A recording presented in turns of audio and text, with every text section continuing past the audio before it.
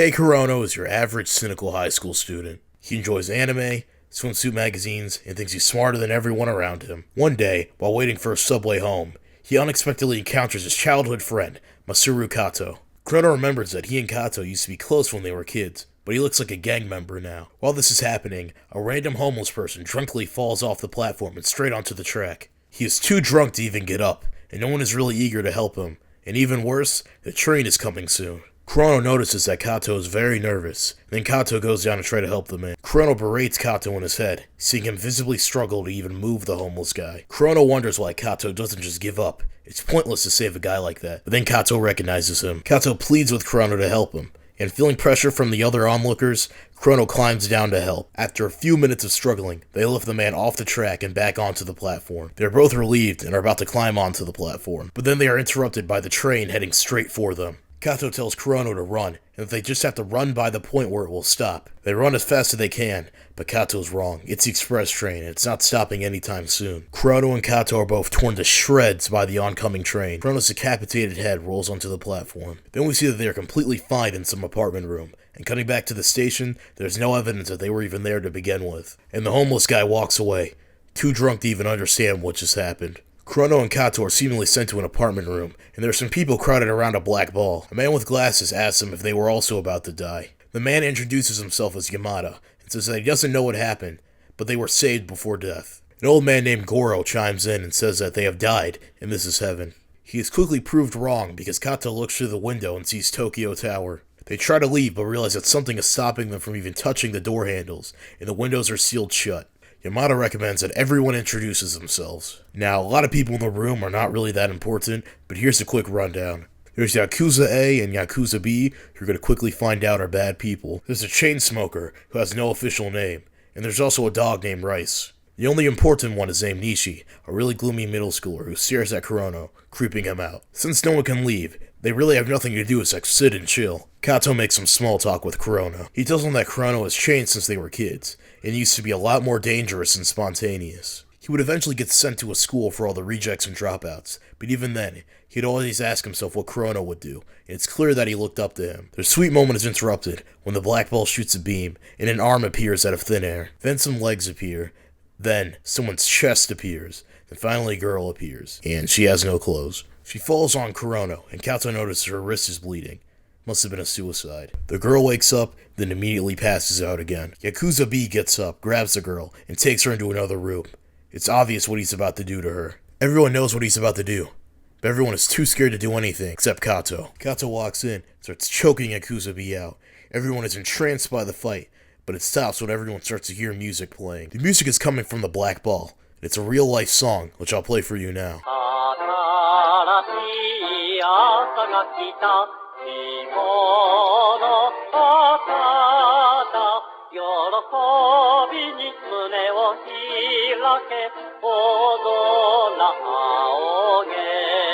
Yakuza B gives up and walks away, and Kato gives the girl a sweatshirt to wear. After the music plays, the black ball displays a message. Your lives are now over.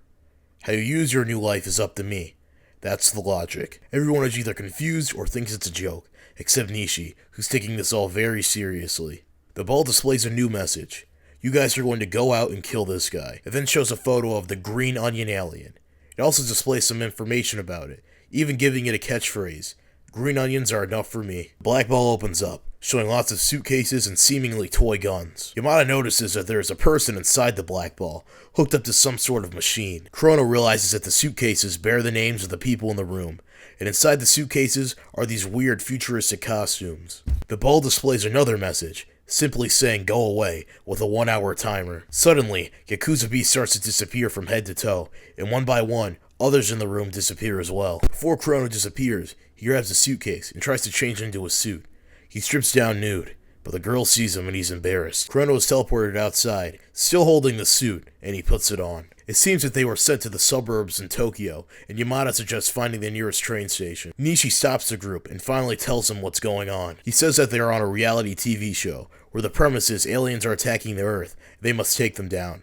If they're successful within the time limit, they are all awarded 10 million yen. And the reason he knows this is that he's the creator's son. Almost everyone immediately rushes off to find the alien. Goro walks away, saying that he's going home and is not interested in money.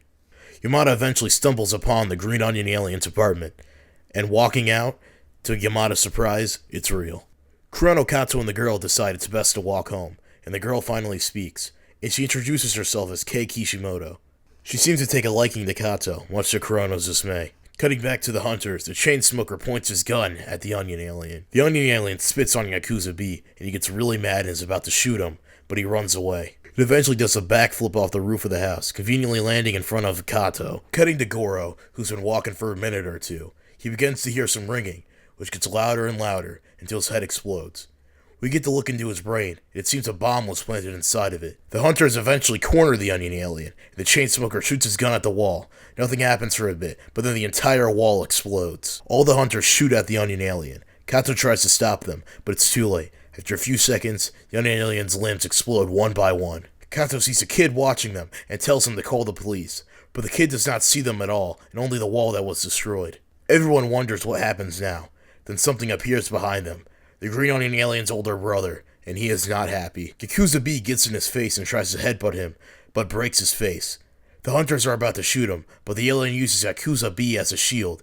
Chainsmoker doesn't react fast enough and shoots Yakuza B's body. His entire lower half explodes. The alien loses it, tearing into the hunters, killing all of them except for Kurono, Kato, and Kei. The alien screams at Kato, mourning his brother. Kato's about to take advantage of this and shoot him, but he can't bring himself to kill anything. The alien roughs up Kato badly and begins to chase Kurono and Kei. Kurono leaves Kei in the dust, and the alien chases him. Luckily for him, he gets hit by a car. It seems the driver can't see Kurono, or the alien for that matter, but the alien gets right back up and starts chasing him again. While running, Kurono's life flashes before his eyes. He reflects on his home life, and he realizes that not many people are going to miss him. He thinks that Kato was right, that he used to be a lot cooler. Kurono's inspired by Kato, realizes that he could still be a hero, and slides under the Onion alien, juking him out. Kurono jumps down a giant staircase, flying dozens of feet into the air, and the craziest part is, he lands without a scratch on him. Kato pops out of nowhere, trying to help, but he's stabbed by the Onion alien. Kurono gets angry and starts beating up the alien. After landing several punches, the alien is so beat up, it gives up, and offers Kurono green onions. Out of nowhere, a net surrounds the alien, locking it in place. Nishi shows up, and he tells Kurono that he's been watching him the whole time, and gives Kurono a gun and tells him to shoot it. Kurono hesitates, which makes Nishi very angry, because the alien isn't even human. Nishi tells him that it was a suit that allowed him to fight the alien, and says that death excites them both. Kurono says he's not like him, which disappoints Nishi, and Nishi shoots the alien with a different-looking gun. A beam from space sends the alien away. Kurono asks Nishi what's going on, and Nishi tells him that they are being sent back to the room. Kurono asks Nishi if he will come back, and Nishi tells him that it doesn't matter how messed up your body is, as long as you're alive, you'll come back okay. Nishi and Kurono are sent back to the apartment room, along with Rice and Kei. Kei is not happy with Kurono leaving her earlier. Even Kato is able to come back, after barely holding on, and these are the only surviving members of the group. The ball displays a message: time to share the points. Nishi calls the ball Gantz, and says at the end of each game, you get points. Everyone is given 0 points, except Nishi, who gets 3. Gantz also accuses Kurono of looking at Kei too much. Nishi is disappointed by only getting 3 points, and they start to press him for answers. Nishi explains that he's just a normal middle schooler, and he's been doing this for about a year. People who die are sent to this room, and take part of a hunt for alien, or aliens, and depending on how many you kill, you get points.